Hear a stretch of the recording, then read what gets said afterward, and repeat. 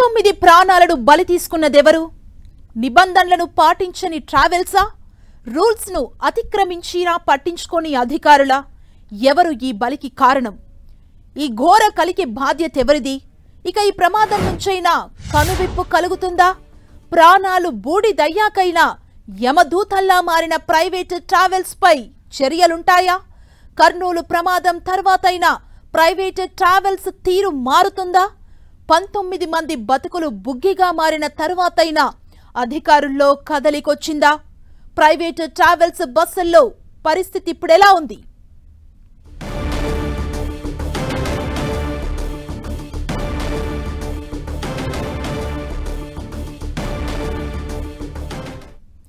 Private బస్సులు ఎక్కాలంటే జనం జంకుతున్నారా?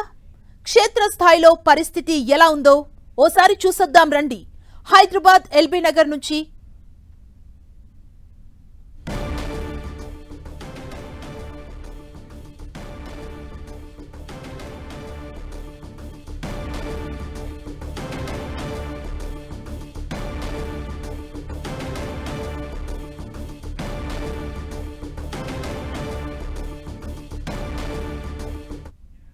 అసలు ఈ పరిస్థితికి సంబంధించి వివరాలు తెలుసుకుందాం. హైదరాబాద్ ఎల్బీ నగర్ నుంచి మా ప్రతినిధి రాముడు, విజయవాడ నుంచి మా ప్రతినిధి రవిచంద్ ఉన్నారు, తిరుపతి నుంచి మా ప్రతినిధి శ్రీనివాస్ ఉన్నారు.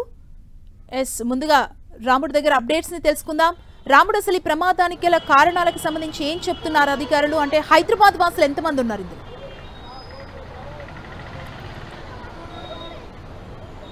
ఎక్కువ మంది హైదరాబాద్ నుంచే ప్రయాణం చేశారు. హైదరాబాద్ నుంచి బెంగళూరు వెళ్ళేటువంటి వాళ్ళు ఇందులో ఉన్నారు. దాంతో చాలా ఇబ్బందికర పరిస్థితుల్లో వాళ్ళందరూ కూడా చనిపోయినటువంటి పరిస్థితి, మరికొందరు ప్రాణాలతో బయటపడ్డటువంటి పరిస్థితి ఉంది.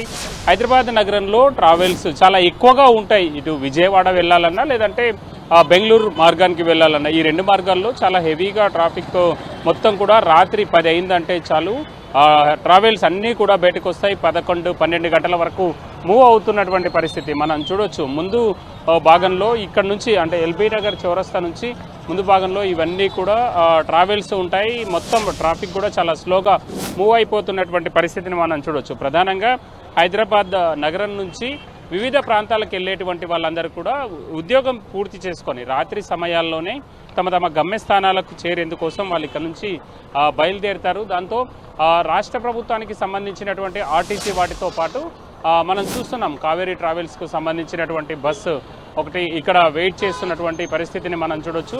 ఈ విధంగా అంటే వివిధ ప్రాంతాల నుంచి ఇదే విధమైనటువంటి బస్సులు ఉంటాయి.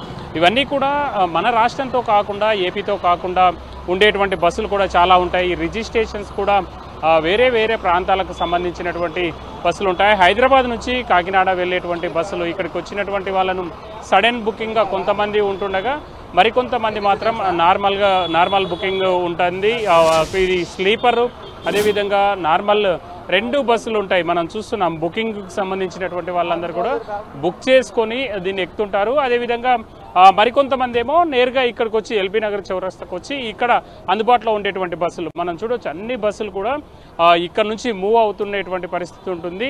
చాలా వివిధ రూపాల్లో ఉండేటువంటి బస్సులు, కొన్ని రెడ్ బస్ కానీ అబీ బస్ కానీ ఇంకా వేరే వేరే బస్సులకు సంబంధించినటువంటి బస్సు యాప్స్ ఉంటాయి, వాటి ద్వారా కూడా ఉంటాయి. మనం చూస్తుంటే ఏపీకి సంబంధించినటువంటి బస్సు ఈ విధంగా ప్రభుత్వ బస్సులు కూడా ఉంటాయి.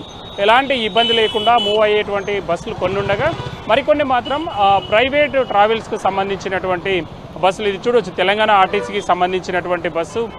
ఈ విధంగా వివిధ రూపాల్లో ఉండేటువంటి బస్సులు అన్నీ కూడా ఇక్కడ నుంచి బయలుదేరుతుంటాయి. అంతేకాకుండా ట్రావెల్స్కు సంబంధించినటువంటి బస్సులు చాలా ఎక్కువగా హెవీగా మూవ్ అయిపోతున్నటువంటి పరిస్థితి. వాళ్ళకి సంబంధించినటువంటి ఏజెంట్స్ ఇక్కడికి వచ్చి వాళ్ళందరినీ పంపించేటువంటి ప్రయత్నం చేస్తారు. ఇది కూడా చూడొచ్చు మన తెలంగాణ కానీ ఏపీ కానీ ఈ రెండు కానటువంటి బస్సు విశాఖకు ఇది వెళ్ళేటువంటి బస్సు. ఇక్కడ నుంచి వాళ్ళందరినీ కూడా పికప్ చేసుకొని తీసుకెళ్లేటువంటి బస్. అయితే ప్రధానంగా హైదరాబాద్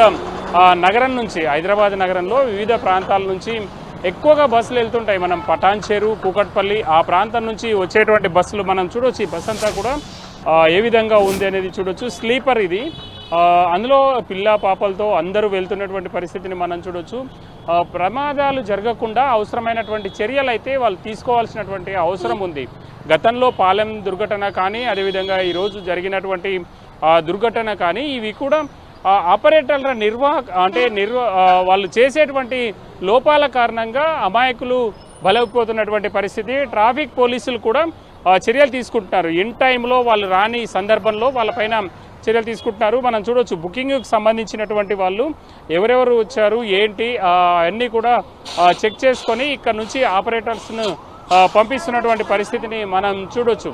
ఇవన్నీ కూడా 3-4 బస్సులు కావేరీ ట్రావెల్స్కు సంబంధించినవి ఉండగా మరికొన్ని మాత్రం ఇతర ఆపరేటర్స్కు సంబంధించినటువంటి బస్సులు ఉన్నాయి. మనం చూడొచ్చు ఇక్కడ నుంచి దాదాపు అటువైపు చింతలకుంట వైపు ఉండేటువంటి మార్గం అంతా కూడా ట్రావెల్ బస్సులతో నిండిపోయింది. ట్రాఫిక్ అంతా కూడా చాలా స్లోగా మూవ్ అవుతున్నాడు. స్లోగా మూవ్ కావడానికి ఇక్కడ ట్రాఫిక్ అంతా కూడా స్లోగా మూవ్ కావడానికి ప్రధాన కారణం మాత్రం ట్రావెల్స్ బస్ అని చెప్పుకోవచ్చు. హైదరాబాద్ నగరం నుంచి ప్రతిరోజు వందల సంఖ్యలో అంటే ఒక్కొక్క రూట్కు వందల సంఖ్యలో ఈ విధమైనటువంటి బస్సులు వెళ్తాయి. ఇటు మనం చూస్తే బెంగళూరు రూట్కు ప్రధానంగా బెంగళూరు రూట్కు వెళ్ళేటువంటి బస్సుల సంఖ్య కూడా చాలా ఎక్కువగా ఉంటుంది. మనం చూడొచ్చు ఇది ఏఆర్ అంటే అసలు ఏపీ కానీ తెలంగాణ కానటువంటి అది వివిధ వేరే స్టేట్స్లో నల్గొండ కానీ నాగాల్యాండ్ కానీ అదేవిధంగా ఒరిస్సా కానీ ఇతర ప్రాంతాల్లో అక్కడ ఏదైతే కొంత ట్యాక్స్ తక్కువగా ఉండేటువంటి అవకాశం ఉంటుందో ఆ ప్రాంతాల్లో వీటిని అన్నింటినీ కూడా రిజిస్ట్రేషన్ చేసుకొని నేషనల్ పర్మిట్ తీసుకుంటారు. కాబట్టి దేశంలో ఎక్కడైనా కూడా మనం చూడొచ్చు వీళ్ళు కూడా వివిధ ప్రాంతాలకు వెళ్ళేటువంటి వాళ్ళు ఇక్కడికి వచ్చి అది దొరికినప్పుడు వెళ్తున్నటువంటి పరిస్థితి. ప్రధానంగా మనం చూస్తే ఎక్కువ మొత్తంలో జాబ్స్ కంప్లీట్ చేసుకున్న తర్వాత మనం చూడొచ్చు ట్రాఫిక్ పోలీసులు కూడా ట్రాఫిక్ రద్దీ తగ్గించే విధంగా అవసరమైనటువంటి చర్యలు తీసుకుంటున్నారు. ఇన్ టైంలో కాకుండా 10 గంటల లోపు బస్సులు ఏవైతే ఇక్కడికి వచ్చాయో ఆ బస్సులు అన్నింటినీ కూడా ఇక్కడ నుంచి పంపించేందుకోసం ఏర్పాటు చేస్తున్నారు. వాళ్ళకు ఫైన్లు కూడా వేస్తున్నటువంటి పరిస్థితి ఉంది. ప్రధానంగా సిటీలోని వివిధ ప్రాంతాల నుంచి ఈ బస్సులు వస్తాయి. మనం మియాపూర్ పటాన్చెరు వద్ద బయలుదేరి హైదరాబాద్ సిటీ అంతా దాటే వరకు ఇటు ఎల్బీ నగర్ చౌరస్తా వనస్థలిపురం వరకు కూడా పికప్ పాయింట్స్ ఉంటాయి. ఆ పికప్ పాయింట్స్ దగ్గర ఆయా ప్రాంతాల నుంచి వచ్చేటువంటి వాహనాలన్నింటినీ కూడా ఇక్కడ ఉండేటువంటి వాళ్ళందరినీ కూడా పికప్ చేసుకొని తీసుకొని వెళ్ళే విధంగా చూడొచ్చు. పాండిచేరికి సంబంధించినటువంటి బస్సు ఇక్కడ ప్రయాణం చేస్తుంటుంది. ఇటు ఏపీ వాళ్ళని కానీ అదేవిధంగా తెలంగాణలోని వివిధ ప్రాంతాలకు లేదా కర్ణాటకనే కాకుండా ఇటు గోవాకు కూడా హైదరాబాద్ నుంచి చాలా బస్సులు గోవాకి వెళ్ళేటువంటి బస్సులు ఉంటాయి. అవి కూడా ఇక్కడ నుంచి వెళ్ళే విధంగా అవసరమైనటువంటి చర్యలను అయితే వీళ్ళు తీసుకుంటుంటారు. ప్రధానంగా కొంత జాగ్రత్తలు తీసుకోవాలి. ఒకవైపు పబ్లిక్, మరొక వైపు దీనికి సంబంధించినటువంటి ఆర్టీఏ అధికారులు కానీ దాంతోపాటు దీని నిర్వహణ అంటే టూర్స్ ట్రావెల్స్ నిర్వహించేటువంటి వాళ్ళు కూడా కొంత జాగ్రత్తలు తీసుకోవాలి. కేవలం టికెట్ల ద్వారా వచ్చేటువంటి ఆదాయం మాత్రమే తమ పరమావధి కాకుండా ప్రయాణికుల యొక్క భద్రతను కూడా వాళ్ళు దృష్టిలో పెట్టుకున్నప్పుడు మాత్రమే ఇలాంటి ప్రమాదాలు జరగకుండా ఉండేటువంటి అవకాశం ఉంటుంది. హైదరాబాద్లోని చాలామంది ఈరోజు ఆ బస్సు ప్రమాదంలో చనిపోవడం అనేది ఇక్కడ ఉండేటువంటి వాళ్ళందరికీ కూడా దిగ్భ్రాంతికి గురి చేస్తున్నటువంటి అంశంగా మనం చెప్పొచ్చు.